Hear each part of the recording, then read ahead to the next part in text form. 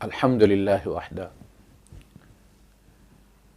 والصلاة والسلام علی من لا نبی بعدہ بسم اللہ الرحمن الرحیم ان اللہ وملائکتہ یصلون علی النبی یا ایہا الذین آمنوا صلوا علیہ وسلموا تسلیما صدق اللہ العظیم رب اشرح لی صدری ویسر لی امری واحلل عقدۃ من لسانی یفقہوا قولی آمین یا رب العالمین۔ آج ایک ساتھی نے رات کو سوال کیا کسی ریفرنس سے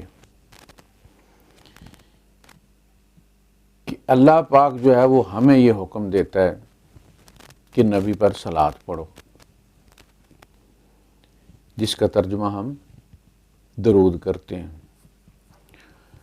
اور یہ بھی خبر دی کہ بے شک اللہ اور اس کے فرشتے نبی پر درود بھیجتے ہیں۔ اے ایمان والو، تم بھی نبی کریم صلی اللہ علیہ وسلم پر درود بھیجا کرو اور ان کے سامنے اس طرح سر تسلیم خم کرو کہ جیسا حق بنتا ہے۔ ایک رسول کا حق بنتا ہے کہ اس کا امتی اس کے سامنے سر تسلیم خم کرے۔ تو اللہ ہم سے کہتا ہے کہ درود بھیجو، اور خود درود بھیجتا ہے اللہ اور اس کے فرشتے، اور بھیج رہے ہیں۔ اور اے ایمان والو، تم بھی بھیجو، اور ہم پلٹ کر اللہ کو کہتے ہیں کہ اللہ تو بھیج۔ تو یہ عجیب سی بات نہیں ہوگی کہ اللہ تو پہلے ہی بھیج رہا ہے، پھر اللہ تمہیں کہتا ہے کہ تم بھیجو، تو تم پلٹ کر پھر اللہ کو کہتے ہو۔ یہ اصلاً سوال ایک خاتون کا۔ تو میں نے کہا کہ یہ سوال اتنا اہم ہے کہ اس پہ ایک ویلاگ بنا دیا جائے تاکہ وہ محفوظ ہو جائے کہ قرآن حکیم میں یہ جو لفظ صلاۃ ہے یہ کن معنوں میں آیا اور کس طرح استعمال ہوا اور کس کس جگہ استعمال ہوا۔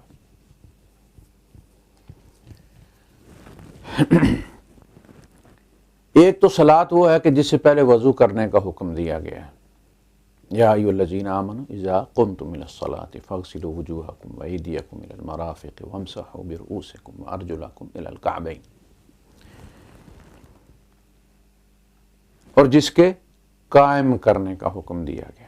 وہ صلاۃ ہے جس کا ترجمہ ہم فارسی میں نماز کرتے ہیں۔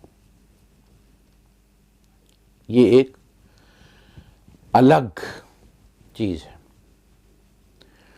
جس کا ترجمہ ہم لوگ درود کرتے ہیں وہ ایک الگ چیز ہے۔ وہ کیا ہے؟ پہلے تو یہ بات آپ نوٹ کر لیں کہ سورہ الاحزاب کی آیت نمبر 56 میں تو اللہ کے رسول صلی اللہ علیہ وسلم پر درود بھیجنے کی بات ہوئی نا۔ اس سے پہلے اسی سورہ الاحزاب میں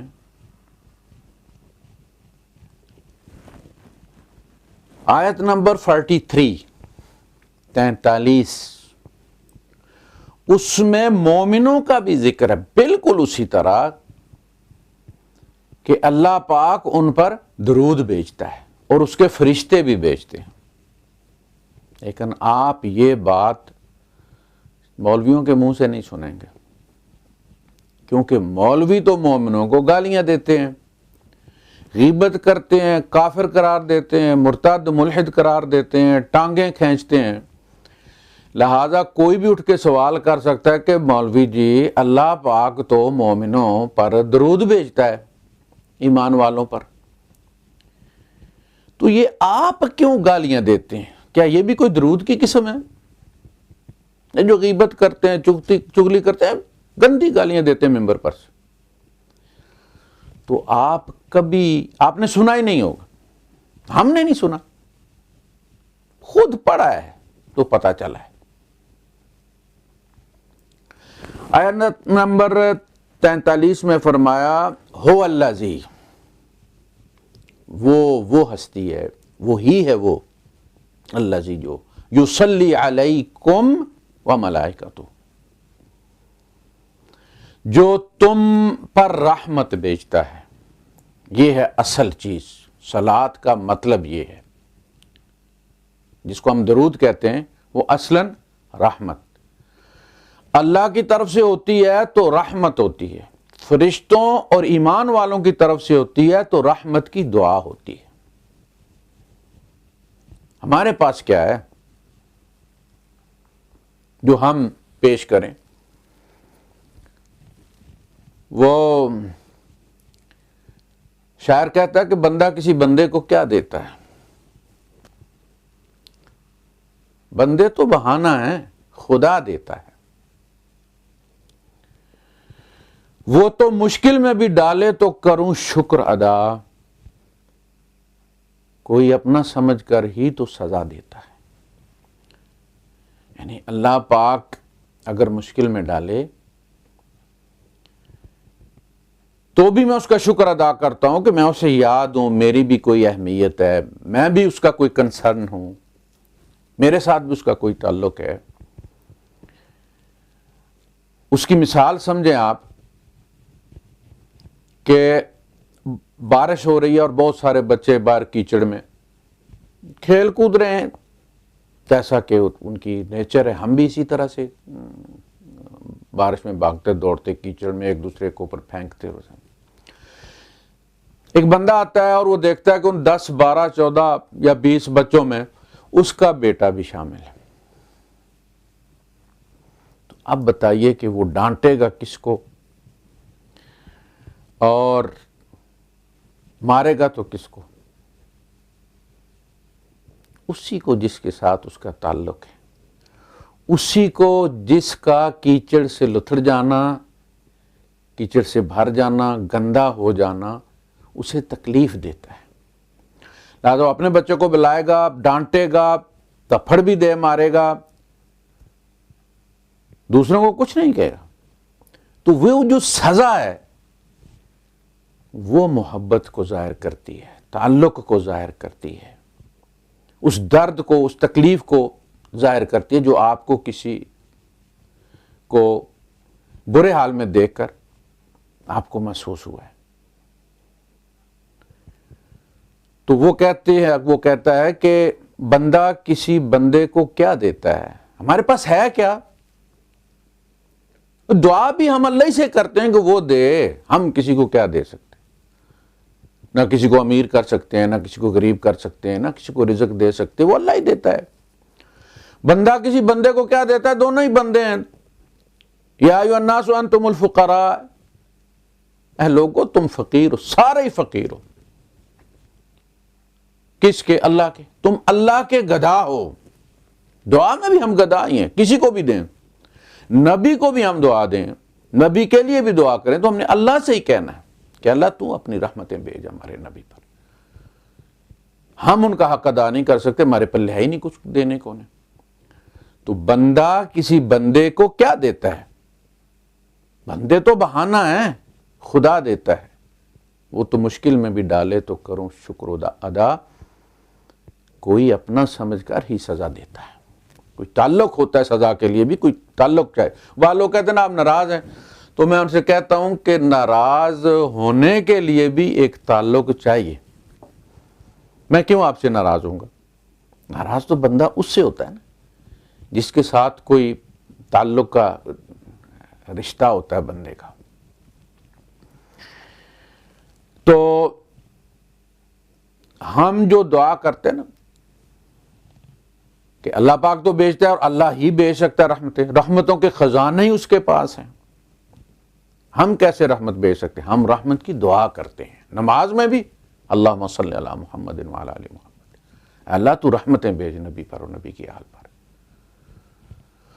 تو اللہ بھیجتا ہے فرشتے دعا کرتے ہیں کہ اللہ تو بھیج، اور اللہ ہمیں فرما رہا ہے کہ تم بھی یہی دعا کرتے رہا کرو کہ اللہ ہمارے نبی پر رحمتیں بھیج، یہ رحمتوں کے قابل ہیں۔ کبھی کوئی بری بات نبی کے بارے میں ڈسکس مت کیا کرو، پس منظر اس کا یہ ہے۔ تو گویا نبی کی صفات بیان کرنا، آپ کی اچھی عادات بیان کرنا، اچھے واقعات بیان کرنا، حضور پر درود ہے، حضور کے لیے یہ ہے صلاۃ۔ اس کے بالمقابل ہے سکینڈلز، کہانیاں، قصے، ان کا تذکرہ منافقین کیا کرتے تھے۔ منافقین نے ہی ہماری روایتوں میں وہ گندے واقعات ڈالے، اور ہم نے کچھ لوگوں کے تقدس میں گرویدہ ہو کر ان سب کو قبول کر لیا۔ یہ صلاۃ کے منافی ہے، یہ اللہ کے اس حکم کے۔ آپ بے شک صبح و شام جو ہے وہ صلاۃ کی تسبیحات کریں، اللہم صلی علی محمد وعلی آل محمد، لیکن اگر آپ نبی کریم صلی اللہ علیہ وسلم کے بارے میں برے واقعات بیان کرتے ہیں اور برے واقعات لکھتے اور نسل در نسل انہیں منتقل کرتے ہیں، تو یہ اس حکم کی خلاف ورزی ہے۔ یہ بالکل منافقین ہی کا اصل میں کی پیروی آپ کر رہے ہیں۔ تو نبی کریم صلی اللہ علیہ وسلم کے اچھے واقعات جن سے آپ کی رسالت کے شایان شان کردار بیان ہوتا ہے، وہ بیان کرنا اصل حکم ہے، یہ اس کی روح ہے صلاۃ کی۔ تو بے شک اللہ رحمت بھیجتا ہے اور اس کے فرشتے رحمت کی دعائیں کرتے ہیں، یعنی نبی جو ہے وہ ان کے بھی کنسرن ہے۔ اور اے ایمان والو تم بھی یہی کرو، تم بھی اللہ پاک سے رحمت کی دعائیں کرو اپنے نبی کے لیے، جیسا کہ اذان کی دعا میں آپ سنتے ہیں وآت محمد الوسیلۃ والفضیلہ۔ تو فضیلت تو آپ کو پہلے بھی حاصل ہے، اللہ نے دینی ہے، اور وہ مقام وسیلہ جو ہے، مقام محمود، وہ بھی اللہ پاک عسیٰ ربک ان یبعثک مقاما محمودا، پہلے ہی اللہ وعدہ کر چکے۔ لیکن ہم جب دعا کرتے ہیں تو ہمیں اس کا اجر ملتا ہے، نبی سے ہماری محبت ثابت ہوتی ہے۔ جیسے کہ اللہ کے رسول صلی اللہ علیہ وسلم نے فرمایا صحابہ سے کہ تم دیکھتے ہو، تم جانتے ہو کہ میں کسی سائل کو خالی واپس نہیں جانے دیتا، اپنے پاس نہ ہو تو ادھار لے کے حضور دے دیتے تھے، اور حضور جب بھی مقروض ہوئے کسی کو دینے کے لیے مقروض، مثلا آپ نے کسی کو، آپ نے فرمایا کہ علی تم اس کو اتنے دے دو، اور بعد میں آپ نے ان کو ادا کر دی، یا ابو بکر صدیق رضی اللہ عنہ نے فرمایا کہ اتنے، یعنی میرے بھی آپ پہ تم اتنے اس کو دے دو، میں بعد میں تمہیں دے دوں گا اگر نہیں ہوئے تو آپ نے فرمایا کہ تم جانتے ہو کہ میں کسی سائل کو، تم اس کی سفارش کر دیا کرو تاکہ تمہیں اس کا اجر مل جائے۔ پیسے تو میں نے دینے ہی دینے ہیں، مدد میں نے کرنی ہے، تم لوگ جو ہے وہ کوئی بندہ لے آؤ سوالے وغیرہ، اللہ کے رسول یہ بندہ جو ہے یہ محتاج ہے اور اس کا اس طرح سے مسئلہ ہے تو اس کی مدد کر دیں تو تمہیں بھی اس کا اجر مل جائے گا۔ دیکھیں کتنی لالچ ہے امت کے بارے میں کہ ان کے ہاتھ بھی پلے بھی کچھ جو ہے وہ آ جائے، ان کا فائدہ ہو جائے، ان کا بھلا ہو جائے۔ تو مولوی یہی کرتے ہیں، کوئی غریب ہے، کوئی مسکین ہے، کسی سے کہا، کسی امیر سے کہا کہ جی یہ کیس ہے تو آپ برائے مہربانی مدد کر دیں، تو اللہ کے رسول صلی اللہ علیہ وسلم نے فرمایا کہ یہ بھی وہی اجر ہے، اور دینے والا اور اس کی طرف اس دینے پہ کسی کو ابھارنے والا اور مائل کرنے والا اور اس تک کسی مجبور کی خبر پہنچانے والا، وہ ایک کسی کا اجر کم کیے، یعنی دینے والے کا اجر کم کیے بغیر اس کو بھی وہی اجر ملتا ہے۔ خیر کی طرف دلیل بننے والا، یعنی دلیل آپ کو پتہ ہے جو گائیڈ ہوتا ہے اس کو کہتے ہیں، تو آپ نے فرمایا کہ خیر کی طرف دال یعنی دلالت کرنے والا کا فاعل ہی وہ خیر کے کرنے والے کی طرح کا اجر پاتا ہے۔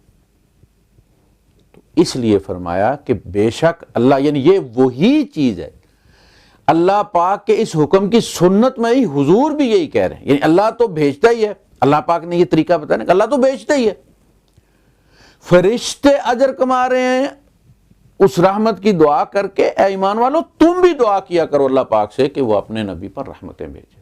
تو رحمت وہ بھیج رہا ہے، لیکن تمہارے پلے بھی کچھ آ جائے گا، تمہارا فائدہ ہو جائے گا۔ یہی بات حضور نے فرمایا کہ میں کسی سائل کو خالی نہیں جانے دیتا، تم سفارش کر دیا کرو تاکہ تمہیں بھی اس میں اجر مل جایا کرے۔ ایک ہے یہ قسم، تو یہی قسم ہے اصل میں وہ جو آیت نمبر 43 ہے، اس میں فرمایا هو الذی یصلی علیکم وملائکتہ لیخرجکم من الظلمات الی النور، وہ وہی اللہ ہے جو اپنی رحمتیں بھیجتا ہے تم پر، اور اس کے فرشتے رحمت کی دعا کرتے ہیں تمہارے لیے تاکہ تمہیں اندھیروں سے روشنی کی طرف نکالے۔ اللہ کی رحمت کی وجہ سے ہم نکلتے ہیں۔ اور فرشتوں کے بارے میں کئی جگہ قرآن حکیم میں ذکر آیا ہے کہ وَالْمَلَائِكَةُ يُسَبِّحُونَ بِحَمْدِ رَبِّهِمْ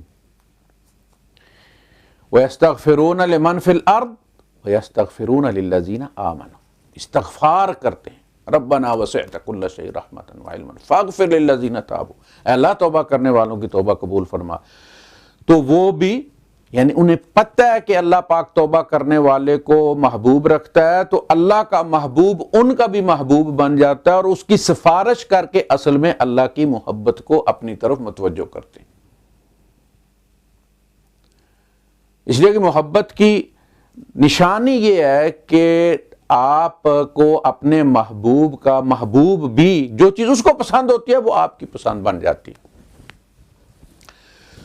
تو وہی آیت بالکل انہی معنوں میں کہ هو الذی یصلی علیکم، مخاطب صحابہ ہیں کہ وہ جو تمہارے اوپر رحمتیں بھیجتا ہے وہ وہی ہستی ہے، یعنی اللہ اور اس کے فرشتے، لیخرجکم من الظلمات الی النور، تاکہ وہ تمہیں اس رحمت، اپنی رحمت سے اللہ پاک اندھیروں سے روشنی کی طرف نکالے، ہدایت کی یعنی جہالت سے ہدایت کی طرف نکالے۔ تو یہ ایمان والوں پر بھی وہ درود اللہ بھیجتا ہے، جس کو ہم کہتے ہیں نبی پر درود بھیجتا ہے اللہ، فارسی کا لفظ ہے یہ درود۔ تو جس طرح اللہ صلاۃ نبی پر بھیجتا ہے، اسی طرح صلاۃ ایمان والوں پر بھی بھیجتا ہے۔ جس طرح فرشتے نبی پر صلاۃ بھیجتے ہیں یعنی رحمت کی دعا کرتے ہیں، اسی طرح وہ ایمان والوں پر بھی صلاۃ بھیجتے ہیں یا درود بھیجتے ہیں، یعنی رحمت کی دعا کرتے ہیں اللہ پاک سے۔ تو یہ دونوں چیزیں واضح ہو گئیں آپ کے سامنے۔ اب سورہ توبہ میں آ جائیے کہ یہ صلاۃ جو ہے وہ دعا کے معنوں میں کس طرح استعمال ہوئی۔ آیت نمبر 103 میں اللہ پاک فرماتا ہے خذ من اموالہم صدقۃ تطہرہم وتزکیہم بہا وصلی علیہم ان صلاتک سکن لہم واللہ سمیع علیم۔ اے نبی آپ ان کے اموال میں سے صدقات لیجیے، قبول فرمائیے، اس کے ذریعے آپ ان کی تطہیر بھی کیجیے اور تزکیہ بھی کیجیے۔ اصل میں تزکیہ ہی ہوتا کہ جو مال کی لالچ ہوتی ہے وہ لالچ ضرورت سے زیادہ نہ ہو جائے۔ وَمَنْ يُوقَ شُحَّ نَفْسِهِ، جو جی کے لالچ سے بچا لیا گیا، فَأُولَئِكَ هُمُ الْمُفْلِحُونَ، وہ لوگ جو ہے وہ اپنی قربانی دیتا ہے، مال بڑا محبوب ہوتا ہے، وہ اس میں سے اللہ کی راہ میں نکال کر اپنی محبت کو ثابت کرتا ہے اللہ کے لیے۔ یہ تزکیہ ہو جاتا ہے کہ بھئی یہ بندہ جو ہے وہ ایمان والا ہے، ثابت ہو جاتا ہے۔ اور تزکیہ لکھتے ہیں نا، جب کسی کتاب کا یا کوئی بندہ آتا ہے پاکستان سے تو کسی جامعہ سے وہ لیٹر لے آتا ہے، جی آپ کس جامعہ سے جی فارغ ہیں جی، اور اس جامعہ کے محتمم کا وہ لے کے آتے ہیں کہ جی قاری صاحب یہ بندہ آپ کے پاس آ رہا ہے، یہ بڑا شریف آدمی ہے، یہ بڑی محنت کر رہا ہے، بڑے غریب علاقے میں اس نے مدرسہ بنایا ہوا ہے۔ یہ تزکیہ ہوتا ہے۔ تو اللہ پاک نے فرمایا کہ ان کا تزکیہ کی، زکوٰۃ اس میں یہی کرتی ہے کہ بندہ جب ادا کرتا ہے تو وہ ثابت کرتا ہے اپنے ایمان کو اور اپنی محبت کو اللہ کے لیے۔ اس کو کہتے ہیں انفاق فی سبیل اللہ۔ زکوٰۃ بھی اصل میں انفاق ہی ہے، وہ اللہ ہی کے لیے نکالتا ہے، اللہ کے حکم پر نکالتا ہے۔ خذ من اموالہم صدقۃ تطہرہم وتزکیہم بہا، وہ جو لفظ ہم یہاں وصلی علیہم، اے نبی ان پر درود بھیجو، درود بھیجو، اے نبی انہیں دعائیں دو۔ صدقات قبول کیجئے، تزکیہ اور تطہیر کیجئے اس کے ذریعے، اور ان کو دعائیں دیں۔ یہاں صلی علیہم کا مطلب ان کا جنازہ پڑھو نہیں ہے، یا ان پر درود وہ ان معنوں میں پڑھنا نہیں ہے، دعا، رحمت کی دعا۔ صلی علیہم، ان کو دعائیں دو، ان صلاتک سکن لہم، سکن سکونت، سکینت، تسکین، آپ کی دعائیں ان کے لیے بڑی تسکین کا سبب ہوتی ہیں۔ یعنی وہ نبی سے دعا لینے کے لیے کچھ بھی ہو اٹھا کے دوڑتے چلے آتے تھے نبی کے دربار میں۔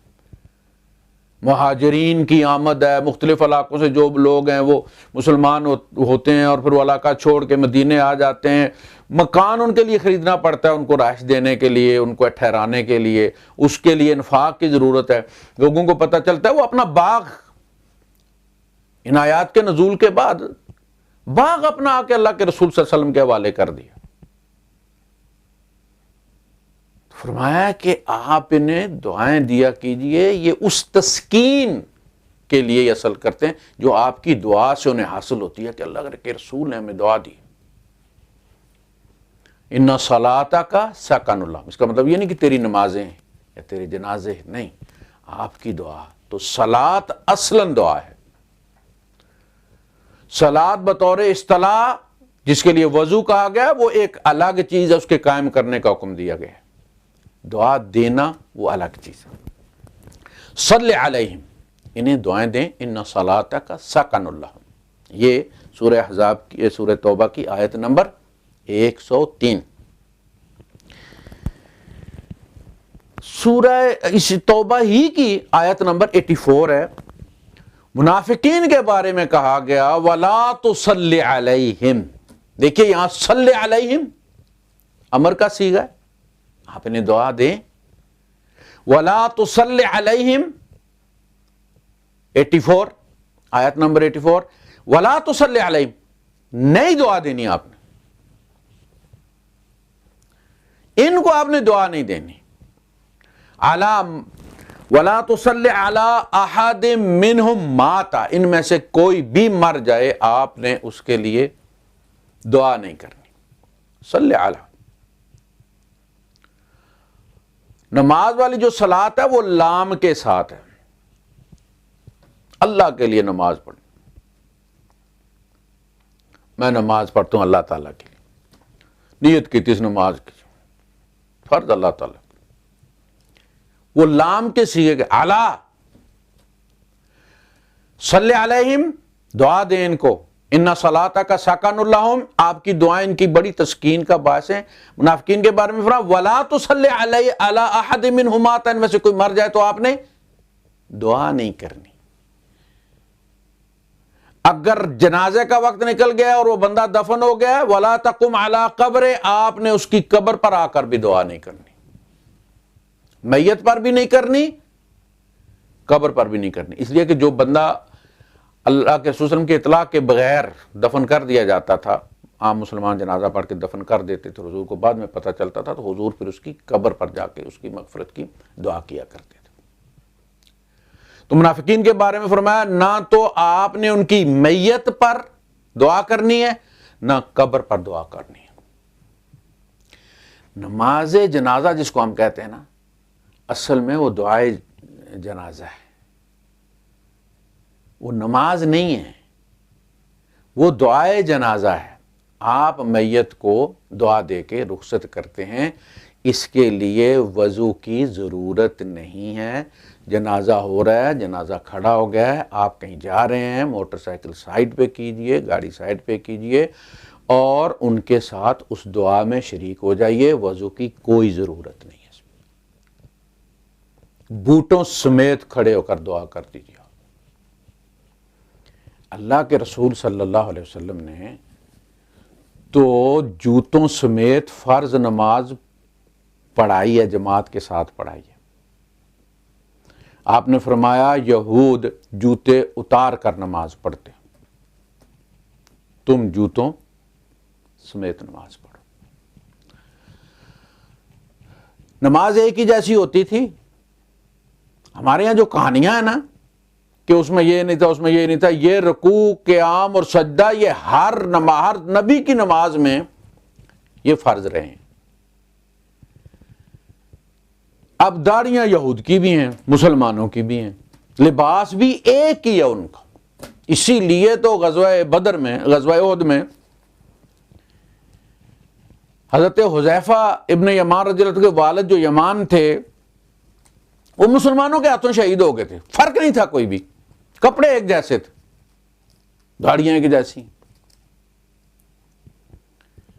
تو فرمایا کہ ایک بندہ آیا ہے اور نماز کا وقت ہے، تو کھیتوں میں فصلوں کی کٹائی جب ہوتی ہے، سنبھالنے کا وقت ہوتا ہے، تو وہ بھی کھیتوں میں نکلے ہوئے ہیں، مسلمان بھی کھیتوں میں نکلے ہوئے ہیں. تو مسلمانوں نے اپنے 2-4 بندے کھڑے ہیں نماز پڑھنے کے لیے، یہود اپنے کھیت میں کھڑے ہیں. تو اب فرق کیسے تفریق کریں گے آپ ان کی؟ تو اس وقت کہا گیا کہ تم جوتوں سمیت نماز پڑھو تاکہ آنے والے کو پتہ چل جائے کہ یہ جو جوتوں سمیت پڑھ رہے ہیں یہ مسلمان ہیں، اور جو جوتے اتار کر پڑھ رہے ہیں وہ یہودی ہیں. اور یہودی چونکہ اللہ پاک نے موسیٰ علیہ السلام کو حکم دیا تھا کہ آپ اخلا نعلیک انک بالواد المقدس، تو آپ جوتے اتار دیجئے، آپ مقدس وادی میں ہیں، وادی طویٰ میں ہیں. تو وہ اپنے نبی کی سنت میں وہ اتارتے تھے جوتے. تو اللہ کے رسول صلی اللہ علیہ وسلم فرمایا کہ تم نے جوتے، اس لیے ہمارے ہاں ایک اس کی مثال دیتے ہیں کہ حضور جوتوں سمیت ہی گئے ہیں معراج پہ، جہاں بھی جس طرف بھی گئے ہیں. آپ کو کہیں بھی نہیں کہا گیا کہ جوتے اتار دیجئے، لہذا جوتوں سمیت بھی نماز جو ہے وہ جائز ہے. اللہ کے رسول صلی اللہ علیہ وسلم نے نماز پڑھ کے، یعنی صرف کہا نہیں کہ پڑھ لیا کرو، آپ نے جماعت کروائی ہے. جماعت کے دوران آپ نے اپنے جوتے اتار دیے، پیچھے صحابہ نے بھی اتار دیے. تو نماز کے بعد آپ نے صحابہ سے پوچھا کہ تم نے جوتے کیوں اتارے؟ انہوں نے کہا کہ اللہ کے رسول جب آپ نے اتارے تو ہم نے بھی اتار دی، کہ شاید نیا حکم آ گیا. آپ نے فرمایا نہیں، میرے جوتے کے نیچے گند لگا ہوا تھا، تو جبرائیل نے مجھے جو ہے وہ بتایا کہ آپ کے جوتے گندے ہیں، تو میں نے جوتے اتار دیے. تم میں سے جو بھی جوتوں میں نماز پڑھے پہلے جوتے اچھی طرح رگڑ کے یہ یقین کر لے کہ وہ صاف ہو گئے، پھر نماز پڑھے. تو ظاہر آپ مساجد میں آپ جو ہے وہ جوتوں سمیت تو کارپٹ پہ نہیں آ سکتے، لیکن میں نے دیکھا ہے کہ جنگ کے دوران فوجی، چونکہ میری مسجد بالکل مین روڈ کے کنارے پہ ہے، اور اس پوری لائن میں، پورا جزیرہ ابوظہبی کی جو لائن میں سڑک کے کنارے یہی مسجد ہے، اس پورے روڈ پر، مرور کے روڈ پر جو ہے. تو یہیں پہ پھر وہ رکتے تھے اور جوتوں سمیت آ کے پڑھتے تھے، شوزوں میں، اپنے فوجی لانگ شوز جو ان کے تھے اسی میں. تو فرض نماز آپ جوتوں میں پڑھ سکتے ہیں، آپ کھیتوں میں آپ گاڑی سے اترے جوتوں سمیت پڑھ سکتے ہیں. لیکن آپ دیکھیں گے کہ آپ کے یہاں جنازے میں بھی جوتے نہیں وہ اگر آپ جوتوں سمیت پڑھیں تو مولوی بول پڑے، اوہ تم تکبر کرتے ہو، تم ایم این اے ہو گئے، تو اپنی اس میں اسمبلی میں ہو گئے، یہ اللہ کا وہ ہے اور تم جوتے اتار کے کھڑے ہو. یہ جہالت ہے. اس کا مطلب ہے کہ اس بندے کے پاس علم کوئی نہیں. جنازے میں کہ عام نماز میں بھی جوتے سمیت پڑھی جا سکتی ہے، اگرچہ اب رواج نہیں ہمارے یہاں. اور آپ کہہ سکتے ہیں کہ چونکہ جی ہمارے یہاں یہود نہیں ہیں لہٰذا اب اس تفریق کی ضرورت نہیں ہے، آپ بھی اتار کر پڑھ سکتے ہیں. تو اسی اصول کی بنیاد پر اور بھی بہت ساری چیزیں ہیں. یعنی یہود چونکہ 1 دن کا روزہ رکھتے ہیں اور ہم جو ہے وہ 2 کا رکھیں گے، عاشورے کا. ہم 9 اور 10 کا رکھیں گے یا 10 اور 11 کا رکھیں گے، چونکہ یہودی جو ہے وہ 10 کا رکھتے ہیں. بھائی جب یہود آپ کے پڑوس میں رہتے تھے، آپ کے دائیں بھی یہودی تھا، بائیں بھی آپ کے یہودی کا گھر تھا، تو اس وقت فرق رکھنے کے لیے، اس علاقے میں فرق رکھنے کے لیے، اب بھی فلسطین میں فرق رکھنے کے لیے کہ جہاں یہودی ہیں، اسرائیل میں اور جہاں بھی ہیں، وہ 2 رکھیں گے تاکہ یہود، ہمارے یہاں یہودی ہے ہی نہیں. اسی اصول کی بنیاد پر جیسا کہ حضور نے فرمایا کہ یہود جوتے پہن کے پڑھتے ہیں، تم جوتے اتار کے پڑھو. ہمارے یہاں جوتے اتارنے کی پہن کے پڑھنے کی ضرورت اس لیے نہیں ہے کیونکہ ہمارے یہاں یہودی ہیں ہی نہیں، لہٰذا وہ گڈ مڈ ہونے والی بات ہی نہیں، جس کی وجہ سے جوتے پہن کر نماز پڑھنے کا حکم دیا گیا تھا۔ تو جب فرض نماز میں حکم بھی دیا گیا حضور نے پڑھ، تو جنازہ جو دعا ہے جس میں نہ وضو ضروری ہے نہ جوتے اتارنا ضروری ہے، کھڑے ہو کے دعا کریں اس کے پیچھے۔ دعا کے آداب میں سے ہے کہ آپ پہلے اللہ کی ثنا کریں، پھر نبی کریم صلی اللہ علیہ وسلم پر درود بھیجیں اور پھر اس کی دعا کریں۔ حضور نے دعا کے یہ آداب بتائے، اللہ کی ثنا پڑھو، پھر میرے اوپر درود پڑھو، اس کے بعد جو تمہارا اپنا مسئلہ ہے وہ اللہ پاک کے سامنے رکھو۔ یہ ادب اور آداب اس کے سکھائے گئے ہیں۔ جنازے میں یہی ہوتا ہے، پہلے یار وہ کون سی نماز ہوتی ہے سامنے آپ مردہ رکھ کے آپ نماز پڑھ رہے ہیں؟ وہ کون سی نماز ہے کہ جس میں نہ رکوع ہے نہ سجدہ ہے؟ وہ نماز ہوتی نہیں۔ وہ والی نماز جو ہے جو قائم کرنے کا حکم دیا گیا ہے وہ جنازہ نہیں ہے، وہ دعائے جنازہ ہے۔ صلی علیہم ولا تصلی علیہم، تو اس میں دعائے جنازہ ہے، نماز جنازہ نہیں ہے۔ وہ اس نماز والی صلاۃ کا جو ترجمہ ہم نے نماز کیا ہوا ہے وہ یہاں جنازے پہ اس کا اطلاق نہیں ہوتا، لیکن ہم وہی کرتے ترجمہ نماز جنازہ، وہ دعائے جنازہ ہے اصلاً۔ تو ان کے بارے میں فرمایا کہ مومنوں کے بارے میں صلی علیہم، منافقین کے بارے میں فرمایا لا تصلی علی احد منہم مات ابدا ولا تقم علی قبر، نہ تو میت پر کھڑے ہو کے دعا کیجئے، نہ میت دفنا دی گئی ہے تو وہاں جا کے اس کو پروٹوکول دینے کی ضرورت ہے کہ آپ اس کی قبر پر جا کر دعا کریں اس کے لیے۔ یہ بالکل یہ ہے اصل چیز دعا، یہ دعائے جنازہ۔ تو میرے خیال میں یہی آپ کو سمجھ لگ گئی ہوگی کہ ہم اللہ سے کیوں کہتے ہیں کہ اللہم صلی، اللہ پاک تو رحمتیں بھیج اپنے نبی پر۔